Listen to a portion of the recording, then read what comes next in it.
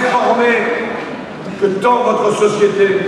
Ce miroir dominant, déformé, qui se nomme la discrimination. Le respect, c'est le refus de toute discrimination. Comment admettre qu'à 16 ans, on puisse être empêché de rentrer dans un établissement pour y passer une partie de la nuit? Quand à 20 ans, on est contrôlé 5 fois dans la même journée. Quand à 25 ans, avec un bon diplôme, on craint de ne pas pouvoir être embauché. Quand à 30 ans, on veut s'installer pour fonder un ménage, on peine à trouver un logement, quel que soit son nom, quelle que soit sa nationalité, quelle que soit son adresse. Eh bien, la France, la République devra faire respecter le principe d'égalité.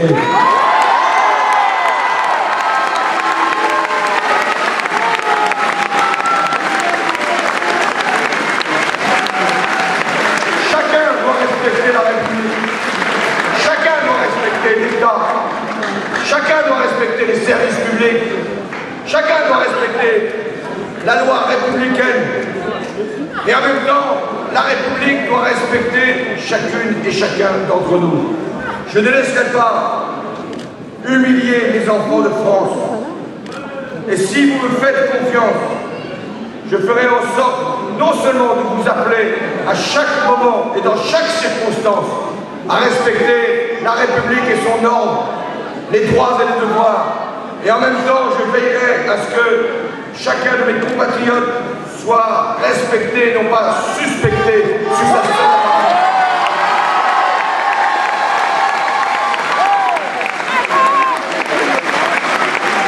Je lutterai non pas contre les contrôles d'identité qui sont nécessaires, je lutterai contre les contrôles aux faciès qui sont inacceptables.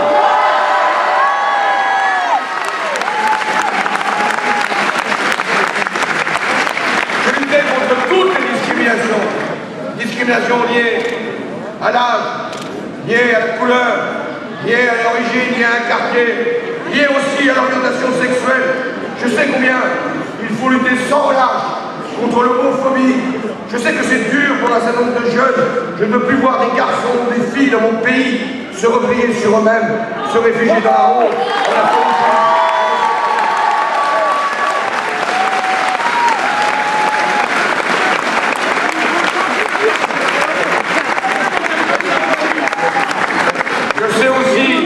Combien pour des jeunes filles, l'accès à la contraception est devenu difficile, notamment pour les mineurs.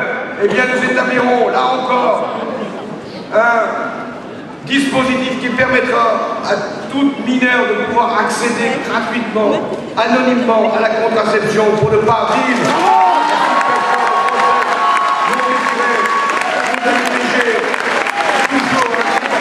à vivre quand on a 16 ans ou 17 ans. Et puisque je parle de l'IVG qui est un droit et qui doit être reconnu comme tel, je ne peux pas accepter que les centres hospitaliers aujourd'hui ne pratiquent plus cette intervention.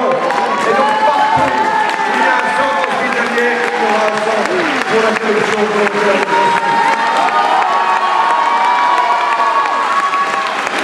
Je ne peux pas admettre non plus que trop de nos compatriotes, notamment ici, mais aussi dans les zones rurales, soient maintenant contraints financièrement, territorialement, dans l'accès aux soins.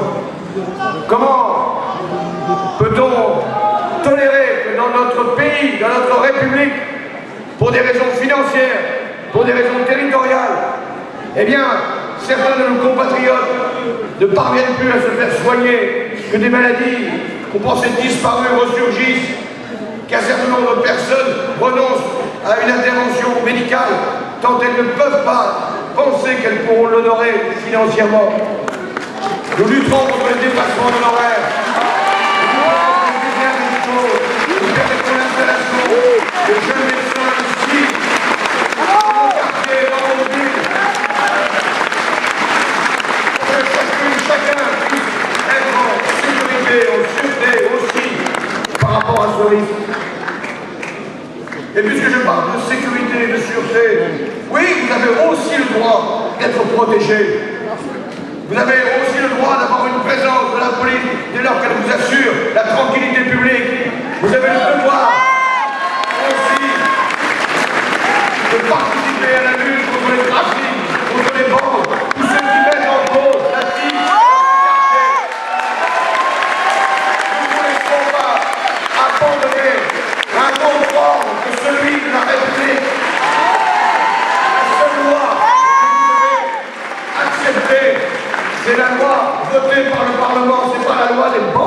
c'est pas la loi, les mafieux, les trafics.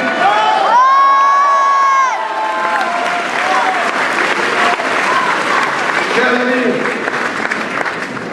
ici j'en vois des jeunes parmi nous qui n'ont jamais connu la gauche au pouvoir.